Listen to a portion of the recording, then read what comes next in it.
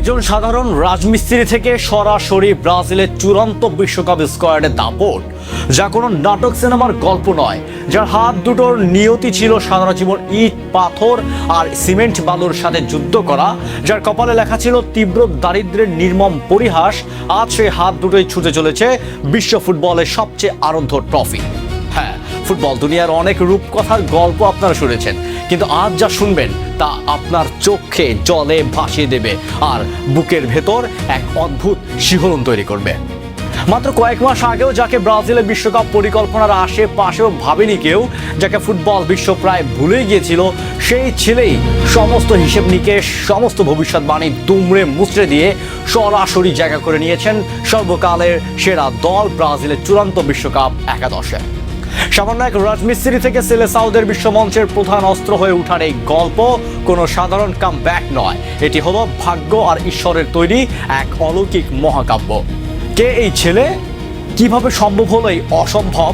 চলুন আজ উকি দিয়ে যাক ফুটবল ইতিহাসের সবচেয়ে আবেগঘন এবং রহস্যময় এক জীবন কাহিনীতে।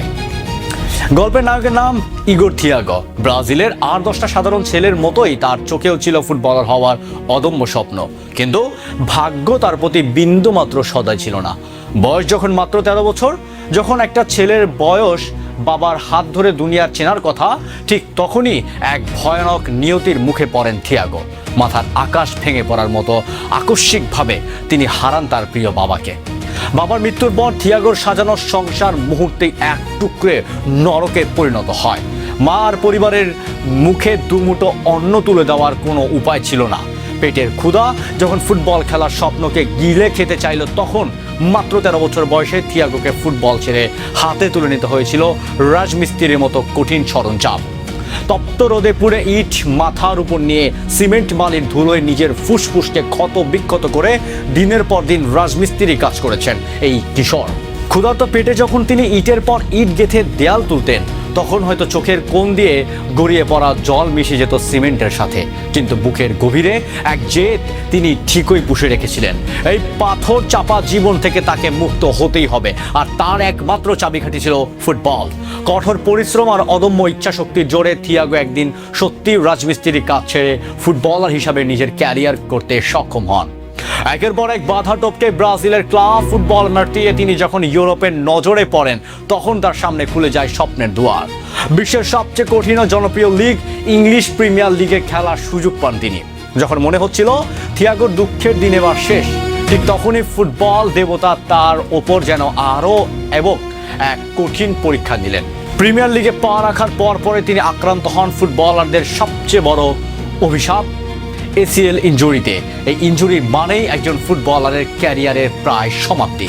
থিয়াগোর পায়ের সিমেন্ট ছিঁড়ে যাওয়ার সাথে সাথে যেন ছিঁড়ে গিয়েছিল তার এতদিনে কষ্টজিত সব স্বপ্ন।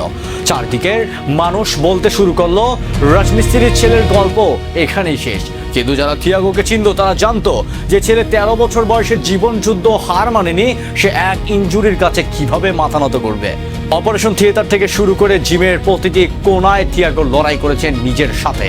যখন সবাই তাকে বাতিলের খাতায় ফেলে দিয়েছিল, যখন 4 থেকে 5 মাস আগেও ব্রাজিলের বিশ্বকাপ স্কোয়াডের দূরতম কোনো চিন্তাতেও তার নাম ছিল না, তখনই ঘটল সেই মিরাক্কেল। ইনজুরি কাটিয়ে মাঠে ফিরে ইগোর থিয়াগো রুদ্র মূর্তি ধারণ করলেন। মাঠে নামলেই গোল প্রতিপক্ষের ডিফেন্সকে একাই গুড়িয়ে দেওয়ার মতো বিধ্বংসী রূপ দেয় খোদ ব্রাজিলের নির্বাচকরা। বাধ্য হলেন তার দিকে তাকাতে।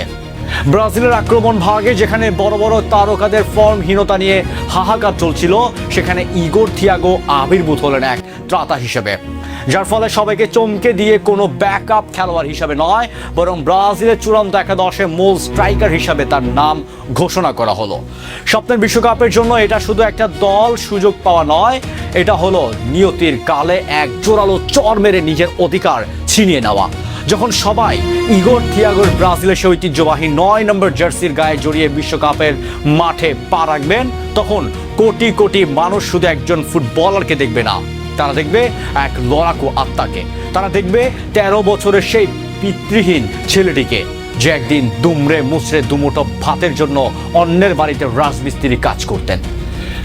থিয়াগোর এই গল্প আমাদের শেখায়, পরিস্থিতি যতই অন্ধকার হোক না কেন, নিজের স্বপ্নের প্রতি যদি সত্যতা থাকে, তবে ভাগ্যেও এতদিন একদিন না একদিন নতজানু হতে বাধ্য হয়।